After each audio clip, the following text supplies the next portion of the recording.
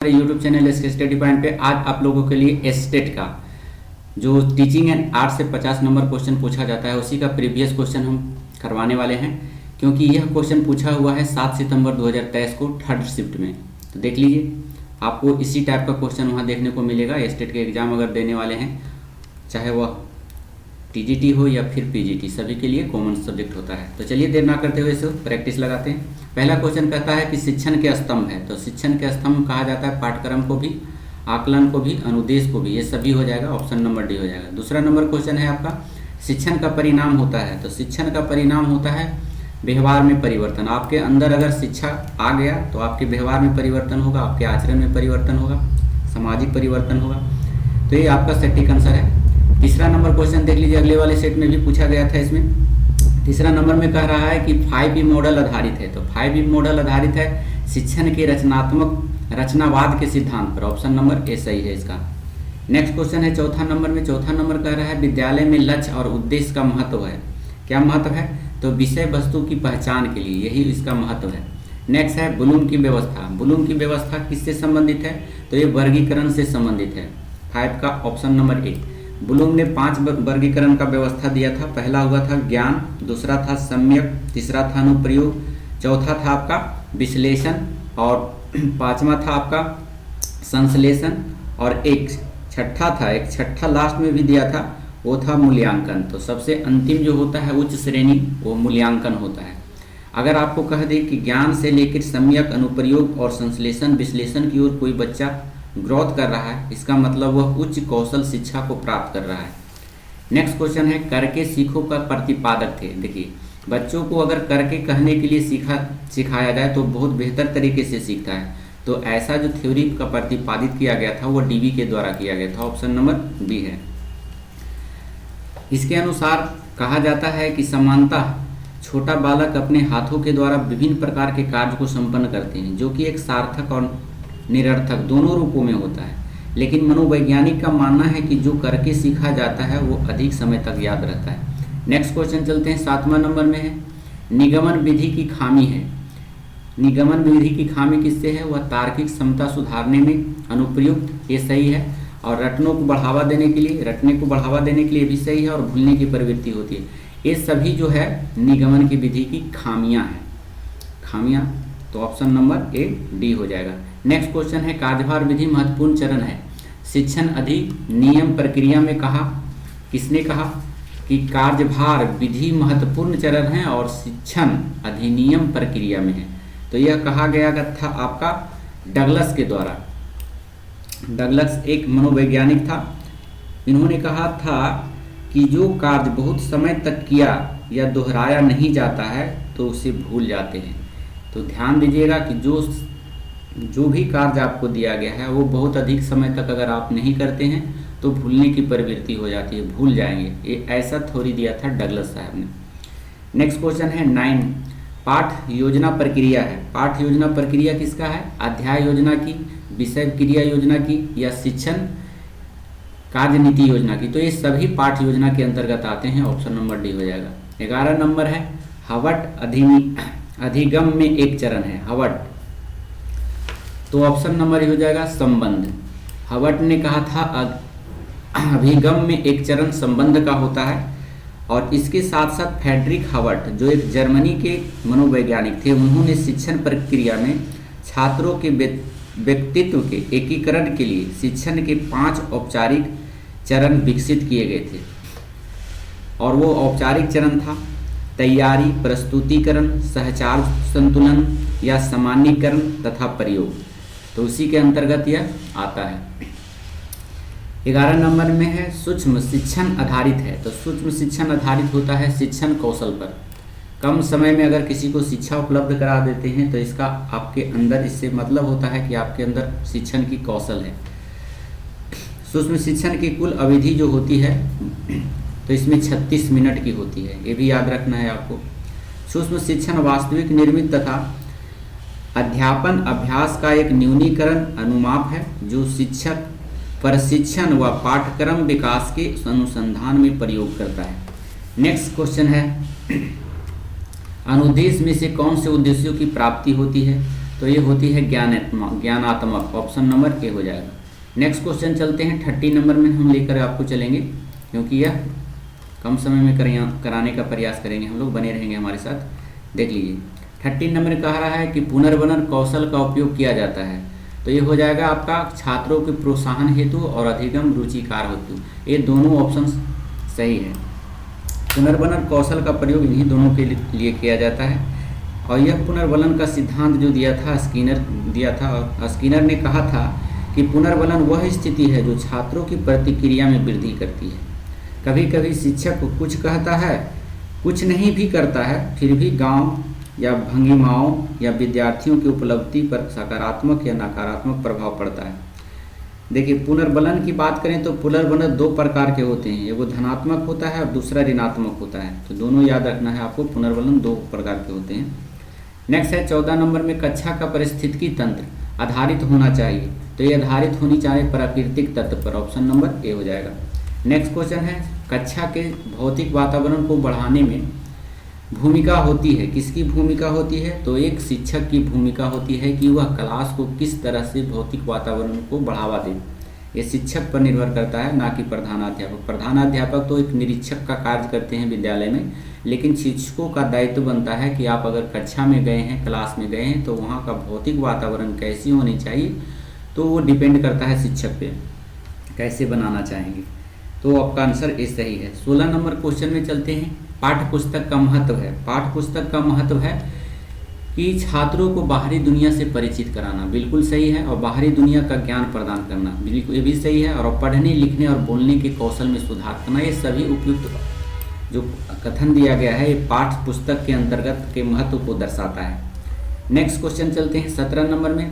पुस्तकालय मुख्य भूमिका निभाता है, किसकी भूमिका निभाता है? तो ये निभाता है आपका शैक्षणिक विकास का। जब भी आप पुस्तकालय में जाएंगे तो शिक्षा से संबंधित वहाँ विकास होगा, वहाँ व्यक्तित्व का विकास नहीं होता है।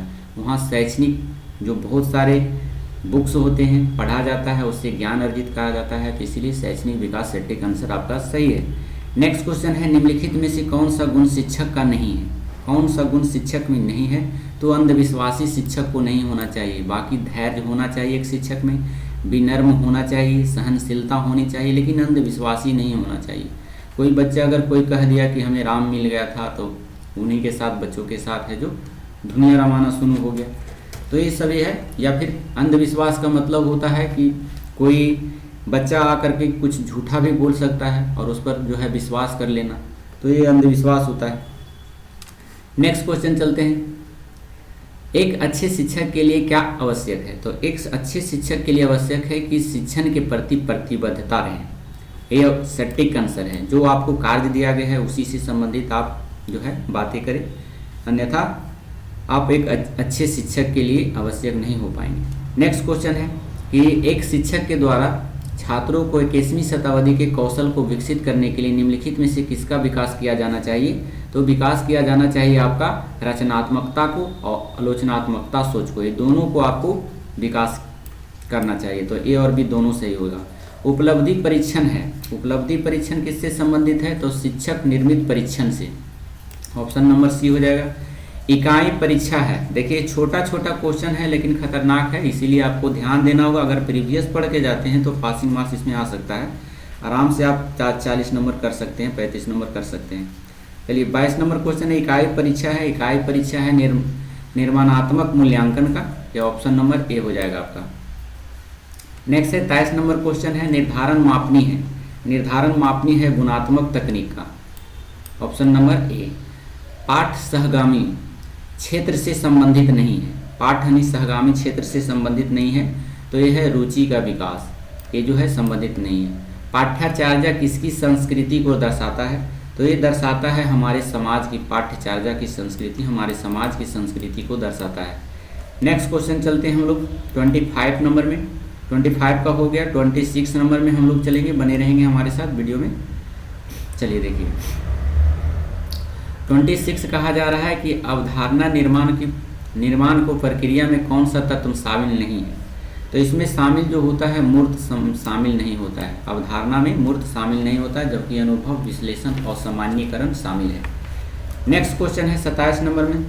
27 नंबर में हम लोग चलते हैं। 27 नंबर कह रहा है कि सीखने का पठार है। सीखने का पठार जो है अधिगम में उन्नति नहीं, ये आपका सही है। सीखने का पठार अधिगम में उन्नति नहीं। सीखना का ही अर्थ होता है अधिगम। तो अधिगम जब सीख रहे हैं और कुछ सीख ही नहीं रहे, उसकी में उन्नति नहीं हो रहा है, तो ये कोई भी फायदा नहीं है, और इसीलिए ऑप्शन टिक आंसर सी हो गया इसका। 28 नंबर में कह रहा है इनमें से कौन सा शिक्षण अधिगम प्रक्रिया का चरण नहीं है। तो ये है जो अधिग्रहण, इसकी प्रक्रिया का चरण नहीं है। शिक्षण अधिगमन प्रक्रिया का चरण नहीं माना जाता है अधिग्रहण। शिक्षण मूल रूप से एक प्रक्रिया होता है जिसमें से योजना, कार्यान्वयन और मूल्यांकन और दोहराना इसमें शामिल होता है। 29 नंबर में कह दिया कि रेडियो एक प्रकार की शिक्षण सामग्री है। देखिए रेडियो कह रहा है, तो रेडियो के बारे में हम लोग क्या करते हैं, उसको सर्वे कहते हैं। सर्वे मतलब होता है सुनना, तो उससे हम सुनते हैं केवल। वही अगर टेलीविज़न की बात करें तो टेलीविज़न में जो होता है सर्वे भी होता है और दृश्य भी होता है। हम लोग उसे सुन भी सकते हैं और देख भी सकते हैं। नेक्स्ट क्वेश्चन है 30 नंबर का, और ये 30 नंबर समाप्त हो जाएगा। उसके बाद 20 नंबर का जो है मिसलेनियस होता है। अच्छी पाठ्य पुस्तक है। अच्छी पाठ्य पुस्तक जो वही होता है जो दिखता है, तो दृश्य सामग्री को कहते हैं। अच्छी पाठ्य पुस्तक क्या होती है, दृश्य सामग्री होती है, देखकर हम उसे ज्ञान अर्जित करते हैं। नेक्स्ट है रोहिलाखंड में 1857 के विद्रोह का सेनापति कौन था। रोहिलाखंड के बारे में कहा गया तो अहमदुल्ला था। देख लिया। 1857 की क्रांति की बात करें तो इससे क्वेश्चन पूछे जाते हैं, बढ़िया चैप्टर है।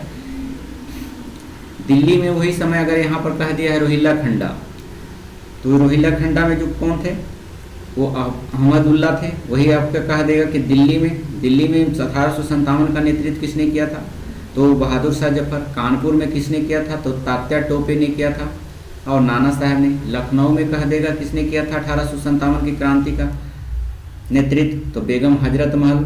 झांसी की बात करें तो झांसी में किया था लक्ष्मीबाई। जगदीशपुर में किए थे तो हमारे बाबू वीर कुंवर सिंह से, जो बिहार से संबंधित थे, है न। फैजाबाद में कहे तो मौलवी अहमदुल्ला थे, और इलाहाबाद में नेतृत्व कर रहे थे 1857 के लियाकत अली, और बरेली में खान बहादुर खां। इतना आपको याद रखना होगा, एक क्वेश्चन आपका यहाँ से निकल के चलाया जाएगा। नेक्स्ट क्वेश्चन है 32 नंबर में चलते हैं। 32 नंबर में कहता है डोडा बेटा चोटी निम्नलिखित में से किस पहाड़ी श्रृंखला में स्थित है, तो ये अन्नामलाई में स्थित है। दक्षिण भारत की एक पहाड़ी है अन्नामलाई। अन्नामलाई की सबसे ऊंची चोटी को डोडा बेटा कहा जाता है। तो 32 नंबर का माफ कीजिएगा, डोडा बेटा की चोटी पूछ रहा है ना, तो डोडा बेटा की चोटी निम्नलिखित में श्रृंखला में, तो ये नीलगिरी हो जाएगा। नीलगिरी की सबसे ऊंची चोटी का नाम है डोडा बेटा। नीलगिरी पहाड़ी स्थित डोडा बेटा दक्षिण भारत की दूसरी सबसे ऊंची चोटी है। अगर दक्षिण भारत की सबसे ऊंची चोटी की बात करें तब हो जाएगा वह अनायमुड़ी। अनायमुड़ी जो था अन्नामलाई पर्वत का एक चोटी है जो सर्वोच्च चोटी है। अनायमुड़ी चोटी अन्नामलाई पहाड़ी पर स्थित है। माउंट आबू की पर बात करें तो माउंट आबू पर गुरु शिखर जो है अरावली पहाड़ी की सबसे ऊंची चोटी है। उसके बाद हम कहें छत्तीसगढ़ में मैकाले की पहाड़ी की सर्वोच्च चोटी जो है अमरकंटक है। मैकाल की पहाड़ी की सर्वोच्च चोटी का नाम अमरकंटक है। और मध्य प्रदेश में सतपुरा पहाड़ी की सबसे ऊंची चोटी का नाम है धूपगढ़ी। अगर महेंद्रगिरी की बात करें तो महेंद्रगिरी पहाड़ी आंध्र प्रदेश और उड़ीसा के तट पर स्थित है। नेक्स्ट क्वेश्चन चलते हैं हम लोग 33 नंबर में। आयात निर्यात में कृषि का योगदान कितना होता है, तो आयात निर्यात में कृषि का योगदान 10% है। ऑप्शन नंबर ए हो जाएगा। 34 नंबर की बात करें हम, 34 नंबर क्वेश्चन में कह रहा है कि कुंवर सिंह ने अपना अंतिम युद्ध किस अंग्रेज कप्तान के विरुद्ध लड़ा था, तो ये लड़ा था आपका महान के साथ। ऑप्शन नंबर सी हो जाएगा। अंतिम पूछ रहा है तो अंतिम जो है महान के साथ लड़ा गया था। वीर कुंवर सिंह ने अपना अंतिम युद्ध अंग्रेज कप्तान विंसेंट आयरे भी इसको कहा जाता है, विंसेंट आयरे। कुंवर सिंह ने अपना अंतिम युद्ध किस अंग्रेज कप्तान के विरुद्ध लड़ा था, इसको आयरे कर लीजिएगा, डी नंबर हो जाएगा। अंतिम जो लड़ा गया था इसका पूरा नाम था विंसेंट आयरे, इसी के विरुद्ध लड़ा था। 1857 की क्रांति की शुभारंभ जो हुई थी 11 मई 1857 को मेरठ की छावनी से शुरू हुआ था। पटना की बात करें तो पटना में 3 जुलाई 1857 ईस्वी को पीर मोहम्मद अली के नेतृत्व में विद्रोह प्रारंभ हुआ। बलिया की बात करें तो बलिया के समय अंग्रेजों के साथ युद्ध में विजय होने के बाद 23 अप्रैल 1858 को गंगा नदी पार करके जगदीशपुर लौटने के क्रम में वीर कुंवर सिंह के ग्रांड ली के नेतृत्व में आई अंग्रेजी की सेना को पराजित किया। देखिए, ग्रांड ली जब लौटकर आ रहे थे तो ग्रांड ली के साथ युद्ध हुआ था वीर कुंवर सिंह का, लेकिन अंतिम अगर पूछा जाए तो वह है विंडसर आयरे। अगला क्वेश्चन है, इससे जुड़ी खबर और भी पूछा जाता है, जैसे इनका जन्म स्थान कहाँ था। वीर कुंवर सिंह स्वयं ही इस युद्ध में बुरी तरह से घायल हो गए थे जब भाग कर आए थे, तो क्योंकि उनके बांह में गोली लगी थी या शरीर में जहर फैलने की आशंका के कारण वह बांह को काट कर गंगा नदी में फेंक दिया था।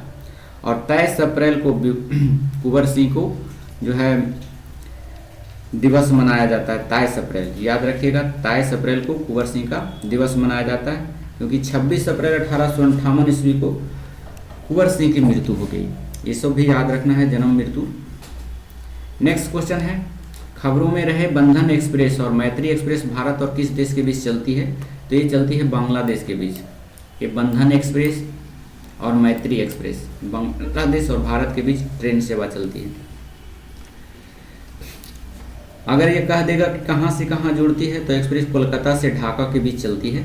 बंधन एक्सप्रेस कोलकाता और खुलना के बीच चलती है। बंधन एक्सप्रेस की बात करें तो कोलकाता और खुलना के बीच चलती है। वही मिताली एक्सप्रेस की बात करें तो कोलकाता से ढाका तक जाती है।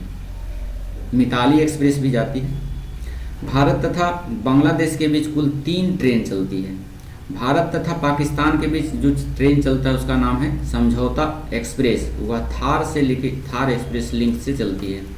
नेक्स्ट क्वेश्चन है, 36 नंबर में डीडीटी का एल्युमिनियम के डिब्बे डैश के उदाहरण है। तो ये उदाहरण है गैर बायोडिग्रेडेबल प्रदूषक है, क्योंकि यह डीडीटी में एल्युमिनियम का जो डब्बा होता है कभी गलता सड़ता नहीं है, मिट्टी में कितनों दिन रखा जाए, इसे गैर बायोडिग्रेडेबल की श्रेणी में रखा गया है।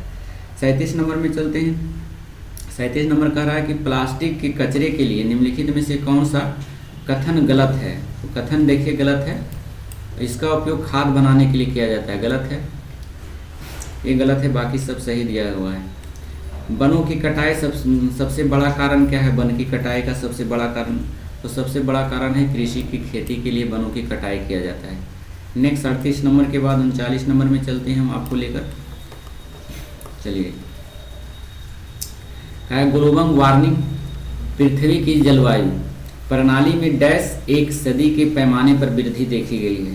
तो 39 का ऑप्शन नंबर हो गया सी। जब भी ग्लोबल वार्मिंग होती है तो औसत तापमान बढ़ जाता है। ग्लोबल वार्मिंग के लिए बहुत जिम्मेदार गैस जो है कार्बन डाइऑक्साइड है, नाइट्रस ऑक्साइड है, मीथेन है, ये सभी गैस जो है कार्बन डाइऑक्साइड के लिए ग्लोबल वार्मिंग के लिए जिम्मेदार हैं। जब किसी क्षेत्र में विशेष औसत या मौसम में परिवर्तन होता है तो उसे क्लाइमेट भी कहा जाता है, इसको याद रखना है। नेक्स्ट क्वेश्चन है, अगला क्वेश्चन देख लीजिए। काला हिरन निम्नलिखित में से किस श्रेणी के जीवों से संबंधित है? तो ये जो संबंधित है लुप्त प्राय जाति है, लुप्त होने के कगार पर है, इसी लुप्त प्राय प्रजातियां की श्रेणी में रखा गया है। काला हिरन जल्दी देखने को नहीं मिलता है।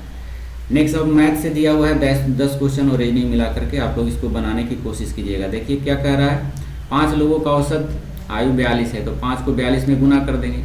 फिर है 8 लोगों का जो जिनका औसत 81 है, तो इसको भी गुना कर देंगे और दोनों को जोड़ करके 5 और 8 लोग हैं तो जोड़ करके भाग दे देंगे, तो आपका आंसर निकल के चला आएगा 41 का भी 66।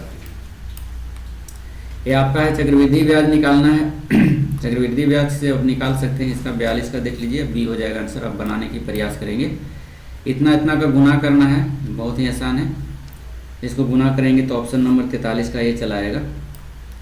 2 संख्याओं का कल भी बताया था, ऐसा क्वेश्चन बहुत ही इजी क्वेश्चन रहेगा, आप 10 में 10 बनाकर आ सकते हैं। इसको 2 संख्याओं का महत्तम समवर्तक 8 है, उनका लघुत्तम समवर्तक 44 है। यदि एक संख्या 16 है तो दूसरी संख्या 11 है, तो दूसरी संख्या बराबर होता है लासा गुने मासा बटा पहली संख्या। इसको गुना कीजिएगा, 16 से भाग दीजिएगा, आपका आंसर रेडी होकर के 72 चला आएगा। नेक्स्ट है देखिए हाइटेन एंड डिस्टेंस का सूत्र है। इसको देखिए बनाना क्या है, समुद्र तल से 55 मीटर लाइट हाउसिंग के शिखर पर देखने पर 2 समुद्री जहाज, ये देखिए लाइटिंग हाउस है, 2 समुद्री जहाज, एक इधर है और एक इधर है ना, एक इधर है और एक इधर है। 2 समुद्री जहाजों के अवनमन कोण 30 डिग्री और 45 डिग्री। यदि लाइट हाउस के एक ही ओर जहाज के दूसरे जहाज़ के ठीक पीछे हो, एक ही जहाज़ के दूसरे ओर ही एक जहाज़ इधर है और एक जहाज़ यहीं से देखा जाता है तो एक और पीछे है। तो ये हाइट एंड डिस्टेंस का क्वेश्चन एक बनाता है 30 डिग्री और एक बनाता है आपका 45 डिग्री, है ना। और आपका दिया हुआ है ऊंचाई यहाँ दिया हुआ है, आपका एच दिया हुआ है। तो आप एक फार्मूला लगाएंगे कि दूरी निकालने के लिए बोल रहा है कि दो जहाज़ों के बीच की दूरी ज्ञात करना है आपको। तो दोनों जहाज़ों के बीच की दूरी अगर निकालना है तो उसका फार्मूला होता है d बराबर h into cot theta 1 minus cot theta 2 और थीटा का मान रख दीजिएगा, आपका 75 निकल के चला गया, 45 का ए हो जाएगा। नेक्स्ट, जिस प्रकार से मूली एक जड़ है तो गुलाब एक फूल है, ऑप्शन नंबर डी हो जाएगा। कहता है वह शब्द चुने जो बाकी से अलग है। देखिए टोपी माथा में पहना जाता है, पगड़ी माथा में, हेमलेट माथा में, लेकिन आवरण ये अलग दिया हुआ है। चलिए देखिए इसमें देख लीजिए 8 में एक जोड़ा 9, 9 में एक जोड़ा 10, 10 में से एक जोड़ा 11, 11 में एक जोड़ेंगे तो क्या हो गया 12 हो जाएगा यहाँ। फिर यहाँ से जोड़ेंगे, यहाँ पर देख लीजिए 12 में एक जोड़ा 13, 13 में 14, 14 एक कितना होगा 15, तो 15 12 हो जाएगा, ऑप्शन नंबर बी हो जाएगा। नेक्स्ट है पी को लिखा जाता है इतना, तो उसी प्रकार से एल को लिखना है। एल देखिए कहाँ दिया है लास्ट में, तो लास्ट कितना होगा 5 से शुरू होगा। उसी प्रकार से इसको मिला लेना है। 48 का 47 का हो गया था, 48 का हो गया आपका 49 नंबर का था ये, तो 49 नंबर का सी आ जाएगा आंसर, आपको इसको मिला लीजिएगा। एक तस्वीर की ओर इशारा करते हुए राजेश ने कहा कि इसके दादा की इकलौती बेटी मेरी पत्नी है। तो राजेश उस महिला से किस प्रकार से संबंधित है, तो उस महिला को जो होगा वो होगा पिता होगा। इसको बना लेंगे आप लोग। तो इसी के साथ आपका 50 नंबर का यह सेट समाप्त हुआ। आपको कैसा लगा हमारा सेट? अगर हमारे चैनल पे आप नए हैं तो कृपया करके चैनल को सब्सक्राइब कर लीजिए, ताकि जो भी वीडियो हम लाएं वो सबसे पहले आपको देखने को मिले, आप उसको देखें, आप पढ़ें। तो फिर ऐसी वीडियो के साथ हम मिलते हैं नेक्स्ट वीडियो में। जब तक के लिए धन्यवाद। Thank you so much. Thank you for watching.